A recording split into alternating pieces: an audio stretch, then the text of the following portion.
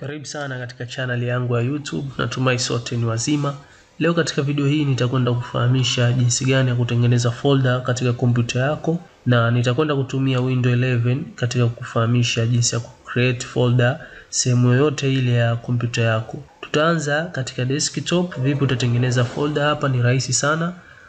Njoo katika desktop yako, sehemu yoyote ile ambayo ipo wazi, right click. Utaletewa context menu kama hii ambayo itashusha na option mbalimbali. Utakuja utatafuta sehemu iliyoandikwa new.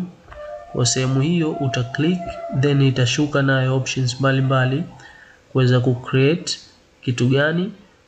Tunahitaji ku create folder. Kwa utakuja katika hii folder hapa, uta click, folder litakuwa limetengenezwa katika desktop yako, na utaweza kuli rename kama unavyoona ipo highlighted sehemu ya jina la hili folder letu. Kwa hiyo tutalipa jina movies, jina la folder langu ili hapa.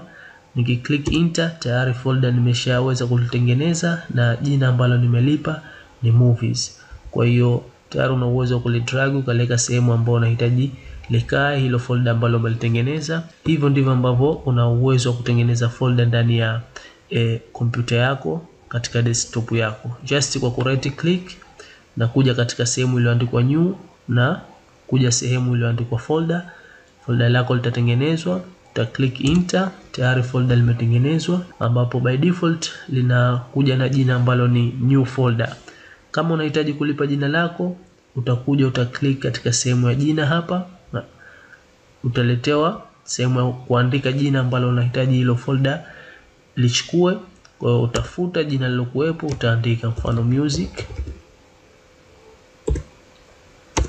Enter, tayari nimetengeneza mafolder mawili, moja nimelipa jina la movies, jingine nimelipa jina la music.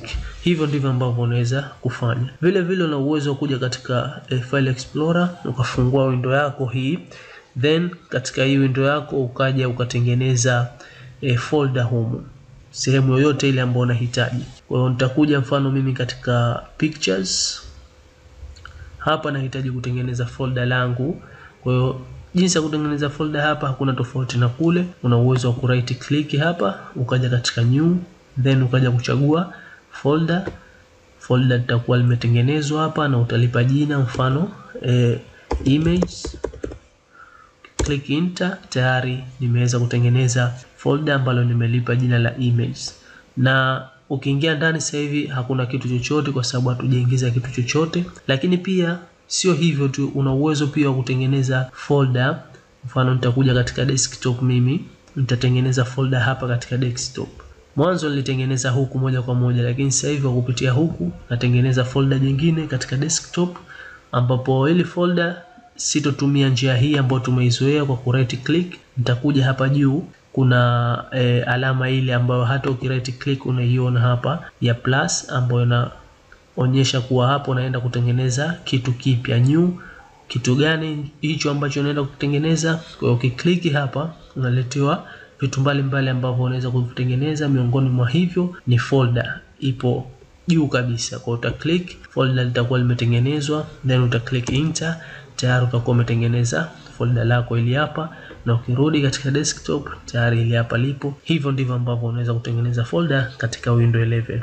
Asante sana, natumai umeweza kujifunza kitu. Usiache kushare na wengine wapate kujifunza. Usikose video inayofuata. Tukutane katika somo linalofuata. Asante sana.